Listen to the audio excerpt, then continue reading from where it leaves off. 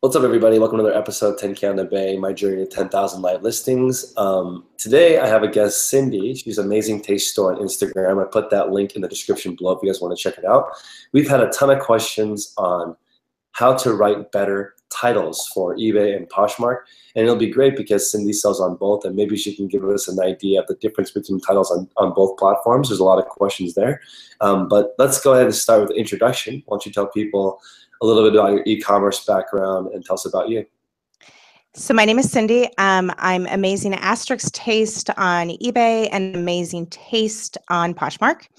I have been selling for about 15 years on eBay. My husband and I both do this full time. This is our only income. We support 3 kids, 1 in college and 2 in high school, through online sales. We sell mostly clothing. And love. We lost you on the mute, so I think your computer went to that, but thank you for giving us the introduction. What we're going to do today is we're going to alternate giving you guys tips, and then why don't you start with your first tip with keywords, and I'll let you know if you accidentally go on mute. Thank you. So my first tip on keywords is trust eBay. Go to the source. Anytime you hear someone say, oh, I'm doing this and it works great, or I'm doing that and it works great, it may be working great for them, but go to the source. eBay has fantastic community help pages. You can access them through any of eBay's pages. Just go to help and type in eBay titles and see what they say. They say you have 80 characters, use them. Use correct spelling. If you're misspelled, you're not going to come up in search. All those basics. Include your item specifics. Those are the basics. But then they say no punctuation marks, no asterisks. Then they say you don't need to use plurals. The search algorithm is smart enough to catch a singular word. So save the space with the plurals. And then don't use a grammatically correct phrase. You're not writing a sentence. You're just writing a batch of keywords. So my first tip is We lost the audio. Always try to go to the source and see what you can find there first. Anytime you hear a great idea or whatever, trust but verify. So go to eBay. So there's a question in the chat about Title Builder. Do you ever use Title Builder to get an idea of what popular terms are used? I have used Title Builder in the past. I don't use it a whole lot. Partially that's just because I've been doing this for so long that I write titles in my sleep at this point. I'm writing the title as I see the item in the store. But Title Builder is great. If you're stuck on an item, Title Builder is also great to see what's trending right now. Like if you're looking at a certain brand, those hot keywords, that's what's trending in that brand. So I think I use it more for, what's the most popular color in this? What's the most popular style in this brand? I use it more for trends than I do for actually title building. I think this is key, and I'll touch on Title Builder for just a second. When you type in men's dress shirts, and Cyndi and I had a conversation, like a heart-to-heart a couple months ago. Like I was writing titles. I didn't even put shirt in the title. I didn't put gender. I was just, and items were still selling. But I'm not going to go on the internet and say, hey, you don't need to put shirt in the title. It'll figure it out. Like, that's not the case. You should definitely make use and have the most descriptive title. Cyndi and I were talking before the chat that you get 80 characters. So you definitely want to be, as precise and include as many relevant key terms as possible. So I'm going to jump into my first tip, which is actually test your actual brand or the item that you're in the actual drop down.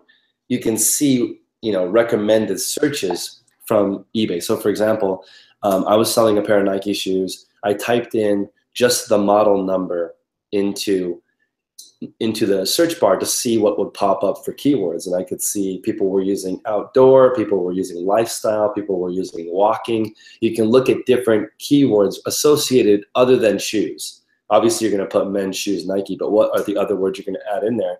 You can go in there, click sold, and see, okay, people search for lifestyles. People in the UK search for runners.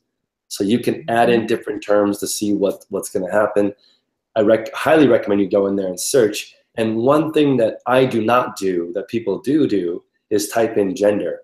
I never type in Nike size 7 men's when I'm looking for it. You know, I just type in, for me, Nike size 12, Jordan 8 is what I'm looking for. I never type in the actual gender. But when you look at the drop down, oftentimes you will see the gender, which means people are typing it in.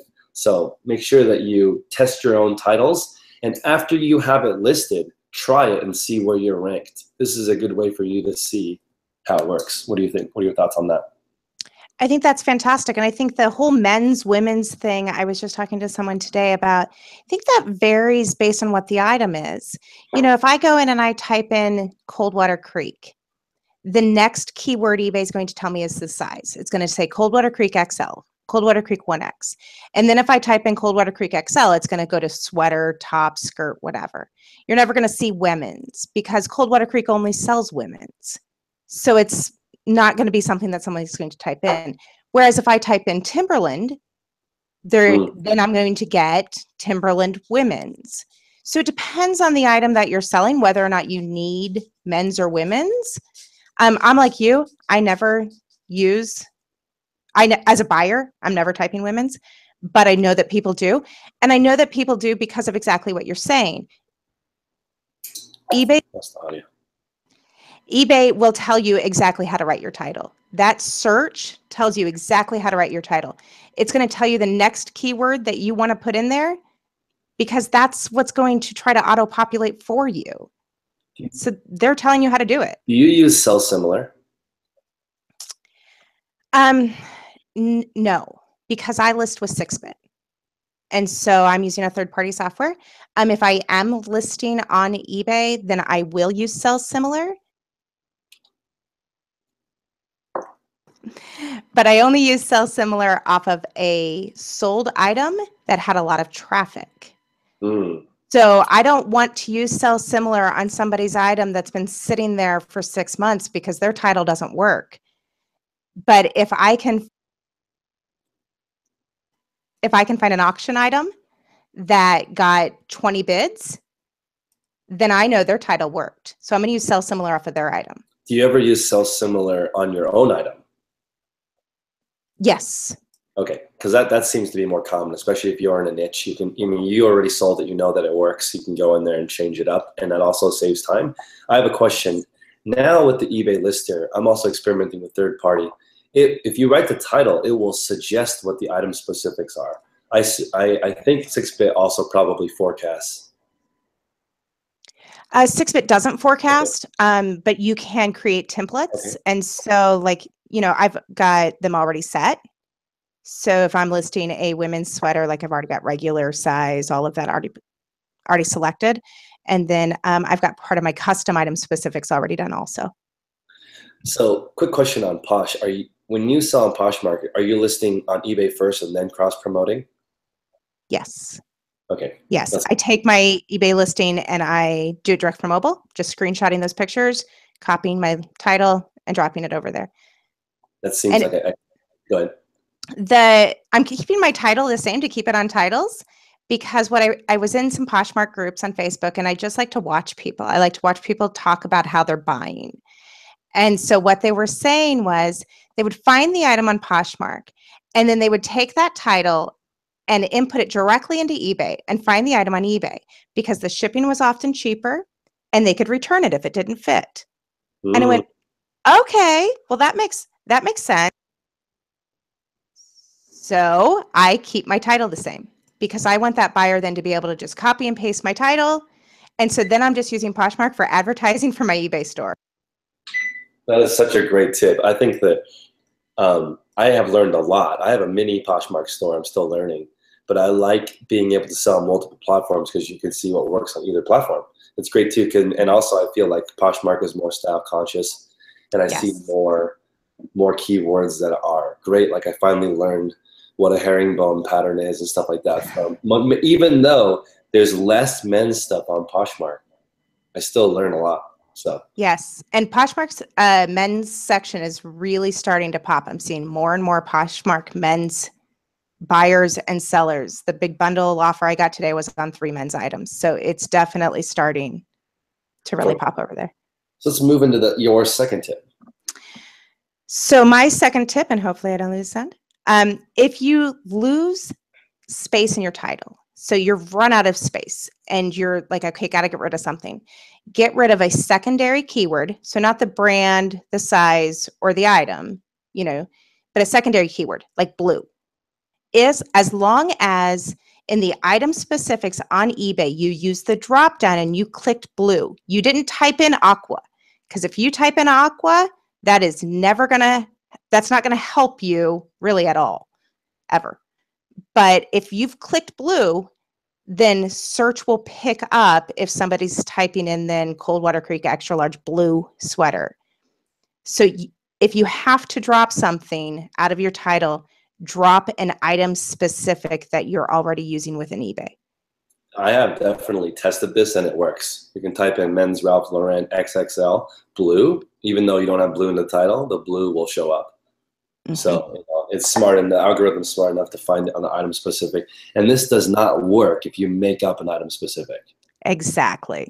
So exactly. You can't, add salmon is not a common color, but like I've done it. I put pink instead of salmon, and somebody said that it's pink, not, I added my own.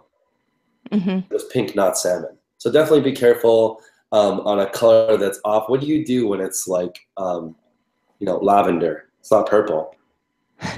So I will use purple in the item, in the eBay given item specific, but then you can create your own custom item specifics. It takes you 5 seconds.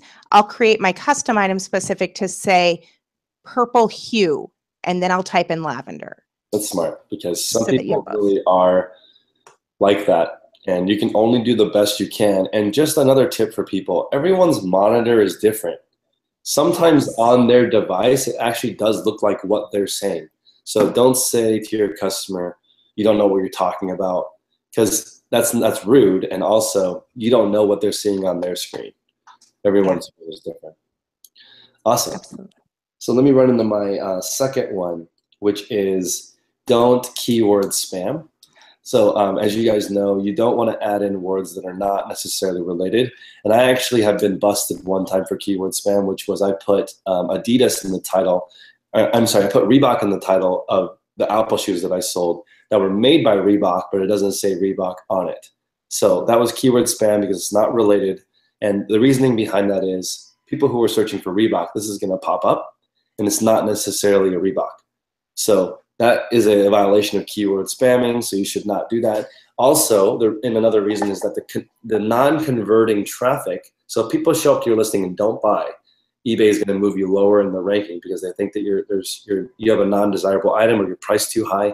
So avoid it. And I have seen a lot of big sellers not use all 80 characters. Mm-hmm. Because at a certain point, a black button-down career shirt for like a women's shirt may run out of things to add. So they're not adding in words like potentially boho. If it's not a boho piece, just because it's a highly searched term, that's actually going to potentially hurt you. Absolutely. Absolutely. And people get slammed for it every single day. So, and it's not worth risking your account over. Right. And yeah, you can actually be suspended temporarily or indefinitely if you abuse it too much. And that would be like, using LuLaRoe in every single title, even though it's a Morona item. You can't do that. Okay, so it's not a good idea. Let's go into your third tip, which I think is excellent. So think like a buyer. I see in clothing a lot of times, people fall down the rabbit hole of what is the exact style name of this, dress or this sleeve or this collar or whatever. And you can do that and you can find it, and it probably does have a,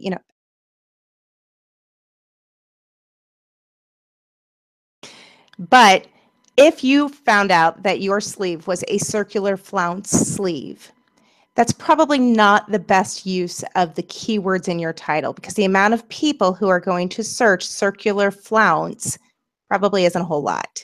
If you didn't know it, most other people didn't know it. If you had taken that space instead and done 3/4 sleeve ruffle, now you get the circular flounce sleeve people because they're going to search 3/4 sleeve ruffle. Now you also, though, get the people just looking for a shirt with 3/4 sleeves. You also get the people just looking for a shirt with ruffles. So keep it simple. Find the most simple keywords that you can look at that item and describe it with. Okay, so let's talk about order of title. Okay. So, some people will put brand first.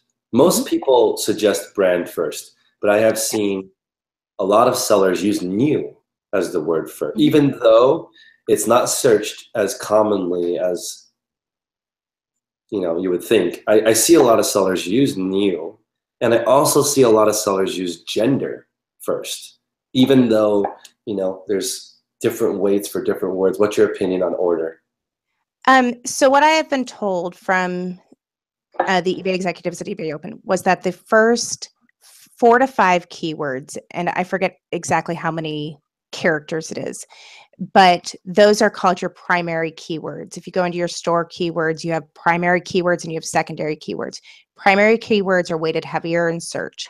So those are the search terms then that, your heaviest hitters you want in the front. Now, if I'm just selling a Theory extra large shirt and it's new, I'm going to put new in front of that. Is new a heavy hitter keyword? No. But I know that somebody scrolling down the list in search may not notice that little thing that says new with tags. But if I have new in the front, they notice it. It's a conversion tactic. It has nothing to do with search ranking. Okay, because I have seen in the title, unusual, rare, amazing. Oh, yeah. And they sell well. So you would think that, okay, I'm going to add amazing every single title, but no one searches amazing. But you're right. It's a conversion tactic. It's not for search. Exactly. And a lot of those people, like you'll see, I have a friend who does that. She sells all auctions. She does them all 99 cents. So now it's just a matter of, getting that to the top. It's a conversion. She wants you to see that 99-cent auction and not think it's actually worth 99 cents.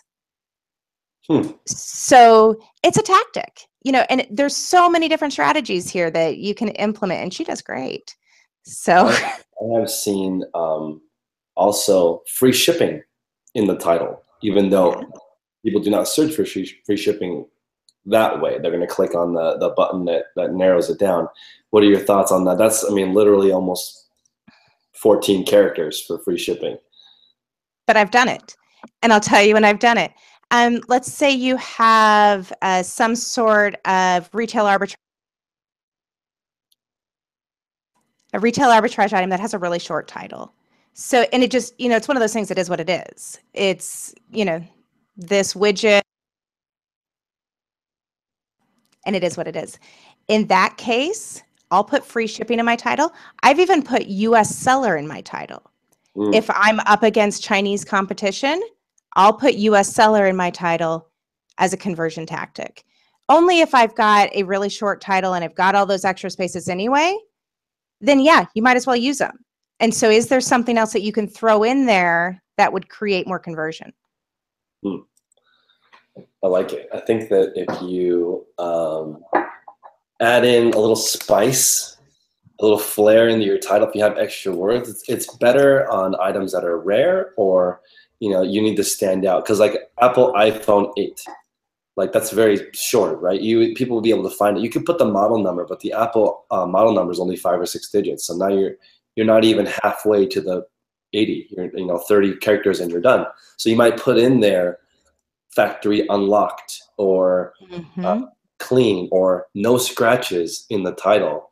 Another thing that I add is defect. If there's a stain on the item, I will write stain in the title, just to try to reduce returns and let people know. I've sold a single shoe before, so I had to put in the title, literally only one shoe. It was worth it for me to do it so that I would not get a return on that item. And I think there's a way to do that. And this goes into my third tip for you guys, which is when I went to eBay, I had asked originally, should I do 30 days or good till cancel? And Griff asked me, why would you do 30 days? As a larger seller, that's a lot of listings to have to reload back onto the internet. Plus you need to delete your unsold. It's a little bit complicated. Walk me through why. And I said, every month when they end, they don't all end at the same time because I list every day. So they're staggered, 10, 15, 50 items a day I'm adjusting to remind myself to change the titles. And he said, larger sellers adjust their titles way more than only once a month. They adjust everything: pricing, titles, keywords, order of the photos, orders of the keywords. They are testing it constantly throughout the month. And each time you do it, you get a little boost in search. And that's all hypothetical. I do not know if there's some proven thing that says adjusting your titles affects your search Cassini ranking, but I believe it does. I have literally had items that are 30 days old. I adjust the title, I get an offer 10 minutes later. So I don't know if it does something, but I feel like the order does change. Also, this is one that's always fuzzy for me. Like, let's say the brand J. Lindbergh or J. Crew. Sometimes people put J. Lindbergh as one word. There's no space. They don't know when they're searching. And I've seen people search J. Crew as one word. So like, I'll go in there and look. Sometimes people who have sold an item, it's spelled wrong. And so it's interesting to look at that, situation, but always be adjusting your titles. I'm doing it once per week on Sundays, and it seems to be doing just fine. So I like that idea. No, I totally agree. I absolutely think changing up your picture, changing up your title, that sort of thing. Like when you walk into the grocery store, it's always changing. They've always changed the placement of where things are. And why is that? Because as consumers, we get bored. So I think it's just, it's that think like a buyer. I don't want to be bored. If I'm going and I'm searching, Adidas shoes every day, wait a minute, I haven't seen that one before. Maybe they did. Maybe you just changed the gallery picture and the title. They saw it before, but now you've got them in. That is the one that got them to click into it, and now you can make that sale. So let's try a couple of examples. Someone has asked what your listing process is, but since this is a keyword topic, why don't we start with how would you list the shirt you're wearing? So the shirt I'm wearing is a Cynthia Rowley shirt. So I would have brand, size. I don't actually know what size it is. I've had it forever. And if I did, I wouldn't tell you. So it would be brand, size, and then it would be shirt. And then it would be black. And then it would be 3/4 sleeves. Then it would be lightweight. And then it would be banded waist, because banded waist is a big deal. And then I'm going to get down to neckline. And then if I have room, I'm going to have women's, just because I want to fill it out. And do I think anybody's searching women's? Probably not. But for those 10 people who do, if I've got room, I'm going to catch those 10 people. I never want to leave open spaces, because those open spaces represent customers that I could have caught. So even if it's not a regularly searched keyword, if I've got room for it, I'm throwing it in. Okay, I love it. I'm going to try to list the shirt that I'm wearing. So this is a black shirt. It is the brand Uniqlo. It's also Peanuts. So this is Snoopy. So if I were to write this title, I would put Uniqlo, because that's the brand of the shirt, times Snoopy, times Peanuts, because this is a collaboration between those three brands. You could just put Uniqlo, Snoopy, Peanuts, and not have the times in it. If I have extra space, I'll put it in. If not, I would do that. And then Cause is the street artist, and I would put black. I would put graphic tee, because that's what this is. So I would spell out T-E-E, and then I would add t-shirt. And if I had room, I would add men's at the end. And then on this specific item, I would put size last. But it depends. So some items I'll put size first. On this specific one, I'd put it at the end. I've probably sold 400 of these t-shirts with every single kind of title imaginable. I just think it matters most, the brand. Graphic tee, people search for graphic tee, search for specific things they like Peanuts or Snoopy. And I would use every single of the 80 characters I would on this specific shirt, for sure. There's not room for free shipping or look with 2 @ in the middle. So Jessica has asked about if we put gender in the title. We went over that earlier. Sometimes we do, but it depends. Like there is no men's Coldwater Creek was our example. Let's see. So do you use markdowns or sale events currently? Yes. I love sale event. I loved markdown. Now that they're working, we had a little bit of a glitch there but now that they're working, yeah, I think that little red line through things that says, it's on sale is enticing to buyers, especially women buyers. My men's buyers don't seem to care as much. Like they just want the item. They know what they want. They know when they want it. They're more interested in, do you have 3 of them? Because I'd like to just buy 3 and get out the door. But women they like the sale. For those kinds of things, I look to big retail stores. Kohl's will take their prices and raise them above the MSRP so that then they can put them on sale for 50% off, 75% off. And then when you get your receipt, they take a big marker and they circle it and they say, you saved. Why is that? Because buyers like it. They like to walk out feeling that they saved this amount of money. They don't care that it was marked way high to begin with. They just like that they saved. So if big retail stores, if you look at stores like JCPenney's went to no sales. This is the best price on the market. We're going to be the best price, no sales. And they've almost gone bankrupt for it. So if it didn't work for JCPenney's, then I'm not going to try it for little old me. So those are kind of where I take my cues from. This is a fantastic topic. Like Kohl's was actually busted for never actually listing the items at full price. So it's illegal to never, like if you produce an item that you want to sell for $25 and you manufacture the tags at $99 and you always have a 75% off, that's actually illegal. It's like it's price manipulation. Not that you would really get busted unless you were a gigantic store. I mean, right. I thought about running a 99% off sale on every single item, but it turns out the maximum is 75%. So you don't, to a certain point, the sale doesn't work. For me personally, I turned it off. I'm not going to do markdown manager or sale event until next year. I'm just pricing aggressively. Seems to be doing just fine, but I'll tell you one advantage of that. I actually do think sale event and markdown manager work great, and they have worked for me great. But I spent time doing that every single, every day or every 2 days or every week, depending on how long I was running the sales. Sometimes I would forget to remark the sales, and then I would have no sales for 12 hours and wonder what was going on.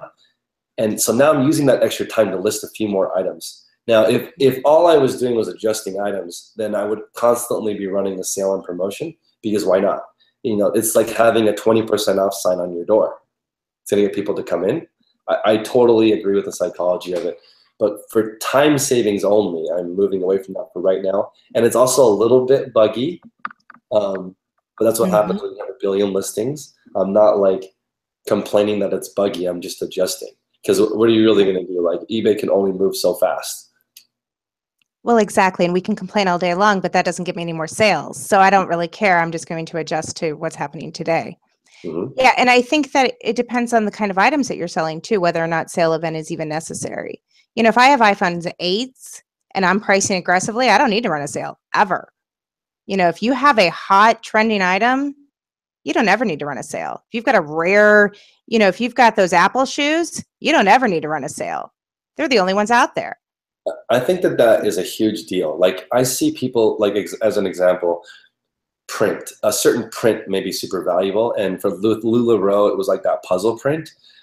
And I was searching for it, and I have seen it crumpled up in the back seat of a car with literally LuLaRoe puzzle print and sold for full price, no sale. LuLaRoe spelled wrong. So like the quality of your item people will find it. If you have something really rare, really cool, if your whole store is full of stuff that people care about, but if you have a blue Merona women's sweater XL, perfect title, perfect pictures, priced at $5 free shipping, you still might not sell it because nobody wants it. Exactly. So you can't out keyword title a bad product. Exactly. I totally agree. And then I like I think if you are going to have sales, one thing that worked for me is I just had an alarm go off on my phone that said it's time for you to do the sale, because otherwise I would forget and it would be an issue. Also, super amazing cool thing that happens if you constantly run a sale, you'll accidentally sell something for full price. That doesn't happen when you don't artificially raise your prices. Yes. So I do miss the sold for 14 and I really wanted 10 for it. Yeah. And I have that happen a lot because I'll run my sale for several days, but then the items that are listed in those several days, they just sit at full price until the next sale starts. I'm not adding them in. Mm-hmm. And so, yeah, then that item just sells. And I'm like, hey, that's awesome. You do also get the little boost of the sale ending soon. So that's why people run sales for 48 hours or 72 hours or a week. Let's see here. Do you take measurements for every single piece of clothing? Yes, I do. I always have, partially just because I don't want to get the questions. And so, and you get the questions, what's the chest, what's the sleeve, whatever. I think for me, I only have so much time to list. We've got 3 kids, all of this. And so I'm not going to list 100 items every single day. If I was going to do that and I was just going to push out quantity, then maybe I wouldn't. But I'm trying to get the most bang out of my buck for every single item. And so in order to do that, you have to do measurements. It's a trade-off, it's time one way or the other. One of the top sellers I know sells men's suits. Every single item has 12 measurements, and every single item has 30 photographs. Okay, so we're talking about 12, not enough. He's selling very expensive $400, $500 suits. And the experience is like someone is measuring you with a tape because of the quality of the item. If you're selling a t-shirt, armpit to armpit's probably in length is probably good enough. They don't need to know the sleeve length on a t-shirt. That's $20. But if you're selling super high-end stuff, I don't think that even 2 measurements is enough. People are going to ask you, what's the shoulder to shoulder? What's the, everything. And for women's, there's also the bust measurement and the thigh measurement. And then the calf measurement. And girls need that body hugging style sometimes, and they'll ask. So I think it's important to, instead of getting frustrated if someone asks you a question, you should be happy and grateful that there's interest, in my opinion. I agree. And every time somebody asks me a question, I make a note of it. Okay, they had to take time to ask instead of just clicking the buy button. If I get several of that same question on a type of item, then I'm going to start adding that information into the listing. Because for every one person that will take the time to ask, how many are there that just clicked out of your listing and didn't buy? Yeah. So if I'm getting questions about measurements, then yeah, I'm going to add them in.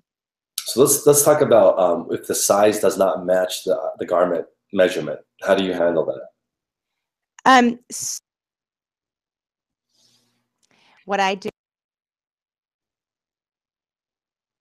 We lost your audio. I'll put the size measurement, the tag measurement in the title, because that's what it's tagged.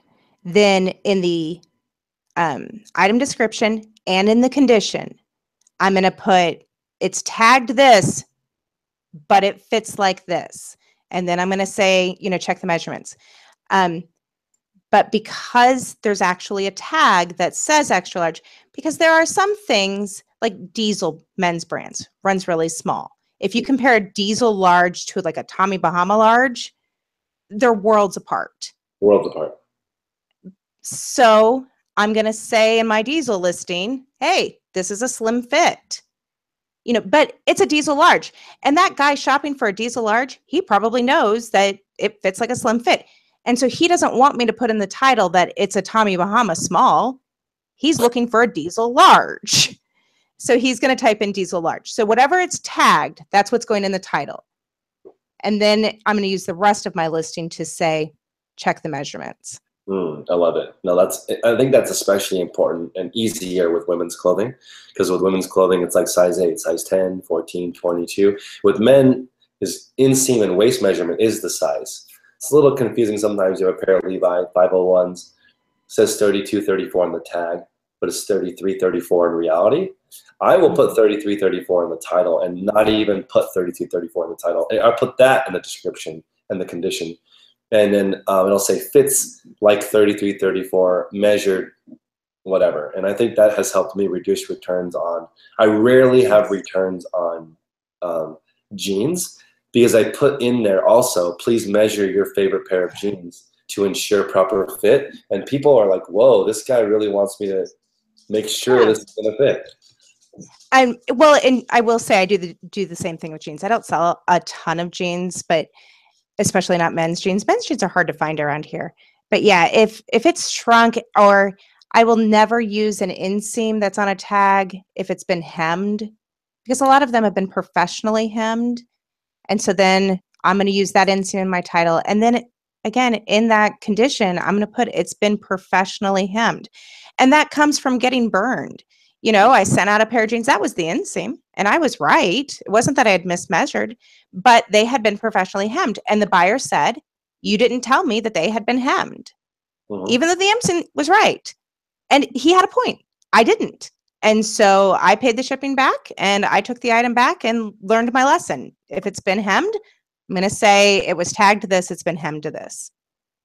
Wow, that's crazy. Even if the measurements were correct, then you could still get a return. But it depends on then where your calf then is hitting on the leg. You know, if you've got a tapered leg, if it's been professionally hemmed, then that's going to change. He was right. I was wrong. I should have said it had been professionally hemmed.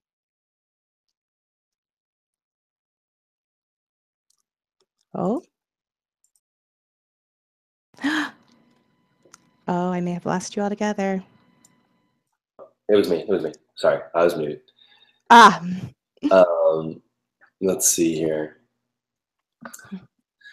A lot of people do measurements. Oh, somebody asked if I measure the rise on men's jeans. I usually do not, and I rarely get questions, but I do get questions with female rise.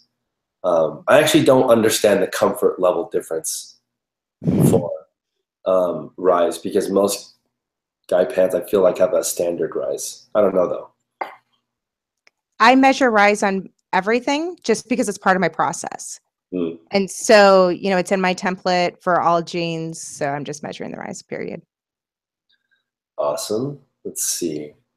Do you have any other final thoughts that you want to share with people on how to write a better title? We'll take some more questions, guys, if you guys want to ask Cyndi some specific questions. Just think like a buyer. You know, if you're trying to sell this item, how would you look for that item? You know, how would you search for it? I think people try to overthink it, and then they see something that has sold. Yeah, and it just says blue shirt and it's sold, and they think, I should just write blue shirt. Well, no, you know, that's an anomaly. You know, the blind squirrel finds a nut every once in a while. Look at the trends. The majority of the ones that sold had it this way. Go with the majority. So because there are some people that, like myself, that search out items that have bad titles. You mean the snipe? Awesome. Yeah, so that makes sense, guys. If you find items with horrible titles, like I have a search that probably everyone does for misspelled Lululemon. So original, it'll pop up sometimes, and I'll buy it before somebody buys it for $10 free shipping. Somebody who got it at the Goodwill outlet and thinks $10 free shipping is a good deal. I try to get those, you know, because they will hopefully sell for 40, 50, and when you get it, it's already, you know, it's already in list ready condition usually when I get it, so which is a nice thing to do. Let's see. as far as listings. Somebody had asked how you do your inventory system. I'm gonna make a quick comment before I have you talk about your inventory system briefly, which is I used to put the item location in the title. So if it was bin number 4210, I usually have extra space, so I'll put B4210 in the title, and it will help me when I print the labels. It's just easier because it has the location on the shipping label. I have switched now to using custom SKU, and I think it may have helped me because I have an extra word in the title. So how do you manage your inventory? So I'm still putting mine in the title, and I agree that it's probably better to put them in the custom SKU. For me, it's just I don't want to go through 1,000 items and change it all. And I do part of my listings through mobile. I do the majority of my listings through 6-bit. I do some through eBay. And so how then that all integrates is a little bit different. It's just easier. It's just easier for me to have it on the end. And the other reason is because I cross list, I then note in that item location in my title, I can tell then that that item is listed elsewhere. So if it sells, then I can immediately go to Poshmark and pull it down just by looking at the title. I don't have to go on my computer or to a custom SKU or whatever. Just from the title, I know, okay, this is cross-posted here, or because Poshmark isn't the only place that I've cross-listed items. So I need some way that when I'm out and about, comes up on your phone, it's sold, I need to get it off the other site. Do you ever use, or I guess I was going to ask you a question for selfishly for me. How do you record cost of goods sold? So my accountant told me that cost of goods sold, I didn't need to be tracking individual items for cost of goods sold, as long as when I went to the store, I was only buying inventory. If I was only buying inventory, then I could take that whole amount as cost of goods and then just track all of that. So we're real careful whenever we buy, even if we have to make 2 purchases or whatever, that purchase is entirely cost of goods. And then I track it all. And then I have an average price per item. So I take my average, then, I know I bought X amount of items that day. So my average price is, $4, $3, whatever it is. And so then at the end of the year, I can do inventory and I can say, okay, this is how much inventory value I still have on hand. So I ask my guests this question every single interview. Let's say there's a $20 profit on the line. What is the maximum amount you will spend to make this $20? And how long are you willing to wait? I'd like to get an idea of how you buy stuff. So for a $20 profit, I'm not going to spend more than probably $8. Okay. And I want to flip it within 45 days. Okay. So 45 days, that's about, so that's like an 8 and you're selling for, that's around 30 plus shipping. Or 30-ish, 32 maybe. Okay. Sounds good. In 45 days, is that something that's common for you when you're buying 45 days? So when I decided to, really take this full time, I sat down with a business consultant, just a regular small business consultant, not eBay, not e-commerce, whatever, just a business consultant. And we talked about things like turnover ratio. And so recently I was talking on Instagram about the things that he taught me that really helped me, take this business to the next level and really think of it like a business. And some people were interested in that information, so whatever. So I was talking to him again recently, and he was looking at my numbers, and he said, listen, your turnover rate is way too fast. He said, you're selling things so quickly that you can't keep up, and you're depleting then your store, and you're going to have empty shelves.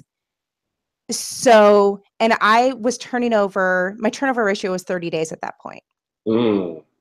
And he said, you've got to be able to back down. So raise your prices a little bit, don't get nervous. It's okay. If it's a little bit longer, you're going to make more money in the end. So right now, my goal on everything is 45 days. 45 days, 45 days. I want my average turnover rate for fourth quarter to be 45 days. This is a crazy conversation because everyone is so different. I think everyone in the chat should put how long you're willing to wait to sell an item, especially for a $20 profit, and how much you'll spend. Thrifty Treasures Tanya says she loves your necklace. Thank you. And I think that it's so interesting. I have a person in my group, Prince, and he doesn't want to keep anything longer than 1 week. So for him, he will spend up to $100 to make 20. Yeah. Okay, but it has to be gone right away. And the way that he determines that is, let's say it's selling for $150 plus shipping, and it's a popular item. Let's say it's a toaster, selling for $150. He'll buy it for $100 and price it at $130 plus shipping. And it'll sell like within minutes sometimes of posting it, but it's fast. So it depends on your capital. And if you are able to do, let's say, 200 auctions a week, and that's it, then you can either grow inventory by pricing stuff that has a high profit. Like Cyndi wouldn't go for 45 days if she was only making $1 on a $10 investment, but she's getting home run items, so it's willing to wait. And one more thing I want to bring up is there are these Nike cleats that I found that this lady on Instagram said, I sold all of them today. I bought them for 20. I sold all of them at $70. Now the market for the shoes is $150. So of course, at $70, you're going to sell all of them in 24 hours. But the same amount of work, you could have waited a couple of months extra, sold them for $150. At a certain point, it's worth it to wait. Yes. And I think, there's always the balance of, quick nickel, slow dime.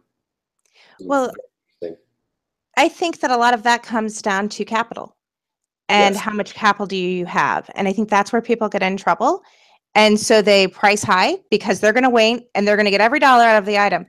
And then 2 months from now, you haven't had enough sales and, you start running low on capital and that sort of thing. And then that's when we see people fire sale things. And now they're selling it at $20 with free shipping. I just need my money back, Right. I'm sick of looking at it.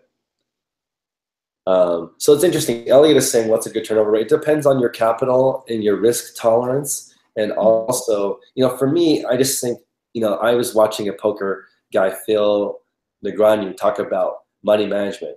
And he was saying how he's a great poker player, and I would equate that to being a good picker. Yeah. But he didn't have as much money as people who he considered not as good at poker players. So I know that too. I know pickers that you'll look at their store, they never make over $10 profit. 3,000 items for sale. How did they do that? And the thing is, they built their business on things that are replenishable, on things that are common, easy to find, sell well. And when you're in that bucket, you never take a huge loss. But if you're in a fire sale position, like you need the turnover to pay your bills, you're in trouble because you would have gotten $40 instead of $20 if you could have just waited an extra month. Yeah. Megan in the chat says all of her items cost $1, so she can wait. The thing is, what happens if you're only in the item $1? And okay, let's talk about this. The market value is $100. Does what you paid for it matter? No, nope, not one bit. I agree. Not one bit. And I hate when people say that. Like I'll see them sell this item for $20, but I only paid $1 for it. But yeah, you could have waited until next week and had 100. Do you just not like money? Like I like money too much. I'm going to wait the extra week for that. I don't care that I spent $1 on it. I don't get to determine the market value of my items. The market gets to determine the market value of my items. So whether that's good or bad, it's the market's decision. I agree. I think that 20% below market is the lowest I'm going to accept. And that's if I'm super desperate. Usually I won't go that low. But like on a $100 item, doesn't matter when I'm in it. It's just a matter of the market. And, I used to sell cars and people used to always ask, what did you pay for the car? And I used to always say, we get them for free. Because it doesn't matter. Like, there's a certain point the market yields what they sell for. So they're going to sell for 17 to 18 grand. What we paid for it doesn't affect the 17 or 18 grand the car is going to go for. You just got to be there. And it's so important to get the home runs. And I just want to stress that again for the people who are watching. please be in a category where you can get a home run. This is why I just purchased a top of the line female mannequin, because I want to sell dresses. When I see on Instagram that people pick up a dress for $10 and sell for $70, that's not uncommon. You see that. People who sell dresses sometimes sell them for a lot of money. But let's say you're an expert in Gloria Vanderbilt jeans, right? You're never going to find a pair that's worth 70. So try to be an expert in something where you can get lucky and get some home runs, because those home runs go a long way. You can't build your entire business off of it, but if you're going to spend time learning a category, what do you think? I think that's great advice, but I also think that know your area to know the home runs in your area. That's true. Because the home runs in your area in California are going to be very different than the home runs available in Montana. You know, like you're probably not going to find a horse saddle Never. that's worth, $1,000. But somebody in Montana can probably find a horse saddle. So pay attention to your area. I think, so many new sellers come on YouTube or Instagram or whatever, and they see people flipping clothing, and clothing's readily available everywhere. But then they get discouraged when they go to their thrift stores and there is no Lululemon. There is no, I sold some Tom Ford shirts yesterday. There's no Tom Ford in my, and so then they're discouraged that they can't find those home runs. You can find home runs in your area. They just might not be in clothing. I have to also stress a point with Holly, Thrift Love G on Instagram. She had mentioned when she first started, she took a notebook to the thrift store and wrote down how often brands were coming up. And in her area, Vineyard Vines is really common. I've only found it one time, but it's a really good brand. But it just depends on where you live. You may live in an area where that's a popular trend locally. And if you are, that might be the area to learn. I've never found CC Filson. It may be an East Coast thing. I don't know. I've never found it. So it just depends on what you're looking for. I've never found a Laura Piana suit. So just keep looking. It depends on your area. But like here, Patagonia is popular. So you will find it almost every time. It is priced high, but you'll find it. You might not be able to afford it, but you can find it. That's true. You might not be able to afford it. So this is the last question. Be Glamorous for Less is asking, as a full-time reseller, can you go over the schedule for you and your husband? What does your day look like? Oh, goodness. Our day changes day to day because we have kids and all of that. But I'm up crazy stupid early. So like 3:30, I'm up. If you have teenagers, that's when you can get Wi-Fi, is at 3:30 in the morning. Wow. So I start at 3:30 and I put some listings in. Matt gets up around 6 and we do the shipping. And then he usually photographs, or we had outsourcing depending on what the kid's schedule looks like. And then, I squeeze in listings here and there throughout the day. It's very, very different day to day. Now I'm doing these coachings. And so like today I had a coaching call earlier. So this day was different. It varies day to day. And that's what I love. I love that this life, we have a son who's in college. And so if he says, hey, I want to come and hang out for lunch on a Tuesday because I don't have class, great. We're not working on Tuesday, and we have that total flexibility and we take absolute advantage of it. So, but every day starts at 3:30. I do my Instagram at 5:30 in the morning, unless I happen to sleep in, which has happened, but generally every day starts at 3:30 and I get some listings up and start the day that way. And then about 8 o'clock in the morning, it just all goes sideways. So when you go to bed? I am in bed asleep. Everybody knows my phone shuts off at 9 o'clock. Wow. Like it will not ding. All my kids know if you call it twice within 10 seconds, it does the emergency thing and it'll unlock and it'll ring through. But you better be dying or in jail. So, and if you're in jail, you better just wait to call me in the morning because I'm going to be mad that you woke me up and you're in jail. So, my phone absolutely turns off at 9 o'clock. I'm done. I try to be done by 8 and just set the phone aside and just take some time to just unwind or whatever. But absolutely, I am turned off by 9 o'clock every night. And then do your husband and you share different types of responsibilities? Yeah, so he does all the pictures because he's really, and really creative and all of that. And I suck at pictures, like seriously blurry, out of focus. Those are mine. So he does all the pictures. I do all the listings. I love all the analytics and all the data and all of that kind of thing. That's totally my thing. So I do all the listings. But we source together. He sources all the men's stuff. He'd love to come hang out with you and source men's stuff because he's all in on the men's brands. And I source all the women's stuff. So we switch it out that way. And then he packages everything up. Well, we both do laundry and we both, all that non-fun stuff. But then he folds everything, bags everything, gets it ready to ship. And then I put labels on it and make sure the right items go to the right people. That's a power team. I haven't quite figured out the exact health basis. But my day is similar to yours. I'm usually in bed by 10. I wake up at 4. And I don't have any kids, so my day ends at 4 p.m. I'm done. After I get the last shipments out, I don't have anything else to do. I really have no excuse not to be super wealthy because I don't have any kids. Yeah, so right? I have an extra 5 hours every single day. So, absolutely. At least an extra 5 hours. Yeah, no, it's like a totally different thing. And then I actually need the momentum of the most popular person on my show is Ashley, who's Hustle at Home Mom.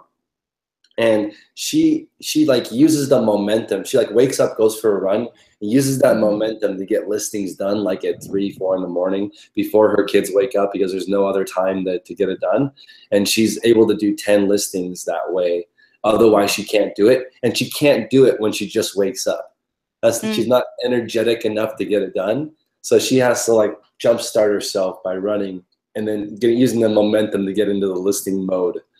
So this is an idea to get it, because when you first wake up, at least me, I don't think of listing right away. I have to get moving first just to get started to go do it. No, where's the coffee? Where's the coffee? Exactly. You gotta get that. Yeah, that's the first thought is coffee, just coffee. And then we move on to everything else. And yeah, I'm gonna try it. I guess my most requested video is me going thrifting. Like I have a 15 store route. And I was like, okay, no problem. I can take 7 kids with me. Let's fill up a van. I'll take all 7 kids thrifting with me. And people were like, you wouldn't even be able to get them in the car. So no. You would last maybe 1 store. Like I've been there, done that. Maybe 1.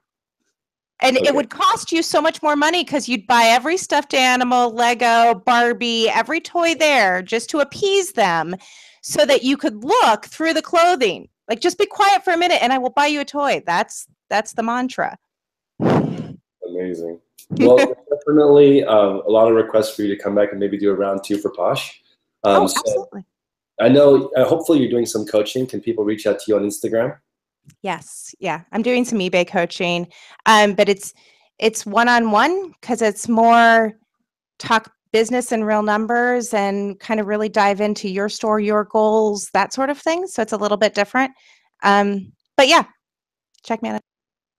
Awesome. Everyone hit Cyndi up. Thank you for coming. And I want to be respectful of her time. If you guys want to check her out, her Instagram is in the description below. See you guys later. I'm going to do the video with working capital. See you guys in a little bit.